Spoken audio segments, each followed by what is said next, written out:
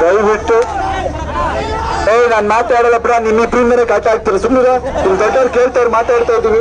ಇರುಚಿನ ಯಾಕ್ರ dialogue ಹೇಳಲ್ಲ ಕಣ, ನೀನ್ ಇನ್ನೂ ಅರ್ಧ ಗಂಟೆ ಕಿರ್ಚಿದ್ರು ಡೈಲಾಗ್ ಹೇಳಲ್ಲ. ಅರ್ಥ ಮಾಡ್ಕೋ, ಸಿನಿಮಾ ಡೈಲಾಗ್ ಹೇಳೋದ್ ಬೇಡ.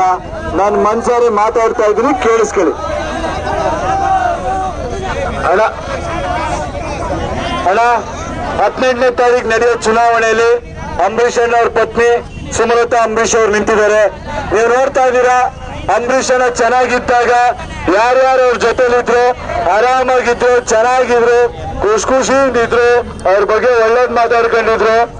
ಅವ್ರಿಲ್ಲ ಅಂದ ತಕ್ಷಣ ಅವ್ರ ಕುಟುಂಬದ ಬಗ್ಗೆನೆ ಮಾತಾಡಂಗಾಗಿದೆ.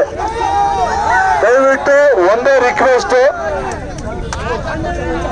ಯಾರು ಆ ಮಟ್ಟಕ್ಕೆ ಇರಬಾರ್ದು. ಪರ್ಸನಲ್ ಆಗಿ ಟಾರ್ಗೆಟ್ ಮಾಡಬಾರ್ದು.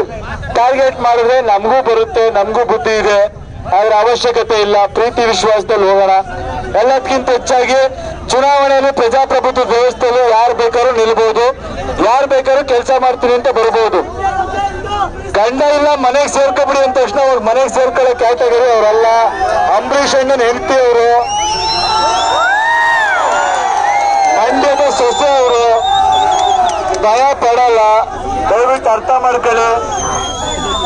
ಒಳ್ಳೆ ಕೆಲಸ ಮಾಡ್ತೀನಿ ಅಂತ ನಿಂತಿದ್ದಾರೆ. ನಿಮ್ಮೆಲ್ಲರೂ ಆಶೀರ್ವಾದ ಇದ್ರೆ ಒಳ್ಳೆ ಕೆಲಸ ಮಾಡ್ತಾರೆ, ಪ್ರೀತಿ ವಿಶ್ವಾಸ ಗಳಿಸ್ಕೊಂಡು ಹೋಗ್ತಾರೆ. ಆಶೀರ್ವಾದ ಇರಲಿ. ನಾ ಮಂಡ್ಯದವರು, ಇಡೀ ಮಂಡ್ಯ ಜಿಲ್ಲೆ ಗೊತ್ತಣ್ಣ, ಗೊತ್ತ ಎಲ್ಲರೂ ಅಲ್ಲ, ಸ್ಪೆಷಲಿ ಅಂಬರೀಷ್ ಅಣ್ಣ, ಮದ್ದೂರವರು, ಡಾಕ್ಟರ್ ಸಂಖ್ಯೆರೆ ಅವರು, ನೀವೆಲ್ಲರೂ ಅವ್ರ ಹೆಂಡತಿನ ಗೆಲ್ಸೋ ಮುಖಾಂತರ ಅವ್ರ ಕುಟುಂಬಕ್ಕೆ ಒಂದು ಗೌರವ ಸಲ್ಲಿಸಬೇಕು. ಜೊತೆಗೆ ಒಳ್ಳೆ ನಾಯಕಿ ಆಗ್ತಾರೆ ಅವರು. ಮುಂದಿನ ದಿನಗಳಲ್ಲಿ ರಾಜ್ಯಕ್ಕೆ ಒಳ್ಳೆ ಕೊಡುಗೆ ಆಗ್ತಾರೆ, ಒಳ್ಳೆ ಕೆಲಸಗಳು ಮಾಡ್ತಾರೆ. ನಿಮ್ಮ ಆಶೀರ್ವಾದ ಇರ್ಲೇನ. ಕ್ರಮ ಸಂಖ್ಯೆ 20, 4 ಜನ ಸುಮಲತಾ ಅಂತ ಹೆಸರಲ್ಲಿ ನಿಂತಿದ್ದಾರೆ. ದಯವಿಟ್ಟು ಕನ್ಫ್ಯೂಸ್ ಆಗಬೇಡಿ. ಕ್ರಮ ಸಂಖ್ಯೆ 20 ಕಾಳೆ ಉತ್ತಿರೋ ಸ್ವಾಭಿಮಾನದ